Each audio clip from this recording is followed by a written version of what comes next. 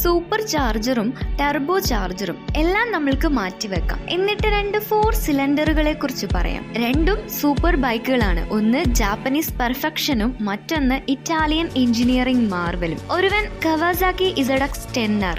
കഴിഞ്ഞ കുറെ വർഷങ്ങളായി സൂപ്പർ ബൈക്ക് സെഗ്മെന്റ് അടക്കി വാഴുന്ന ഈ മെഷീൻ എളുപ്പത്തിൽ കസ്റ്റമൈസ് ചെയ്യാം, പാർട്ട് സുലഭം, റൈഡ് ചെയ്യാൻ എളുപ്പം. ഒരു ശരാശരി ബൈക്ക് പ്രേമിക്ക് സ്വന്തമാക്കാൻ പറ്റുന്ന ഏറ്റവും വലിയ സ്വപ്നം. സത്യം പറഞ്ഞാൽ 10R ഇതുവരെ പെർഫോമൻസിന്റെ കാര്യത്തിൽ ഒരു കോംപ്രമൈസും വരുത്തിയിട്ടില്ല. മറ്റേയാൾ ഡുക്കാട്ടി പാനിഗാലെ V4R. ഒരു റേസിംഗ് മോട്ടോർ സൈക്കിളിനെ കസ്റ്റമേഴ്സിന് വേണ്ടി റോഡിലേക്ക് ഇറക്കിയതാണ് ഡുക്കാട്ടി.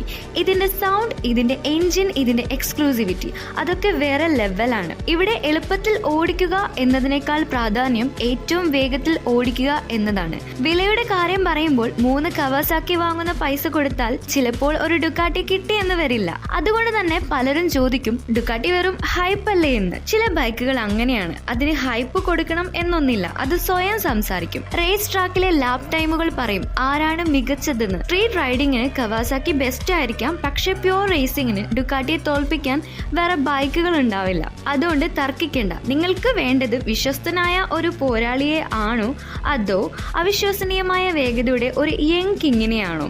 നിങ്ങളുടെ താല്പര്യം കമന്റ് ചെയ്യുക.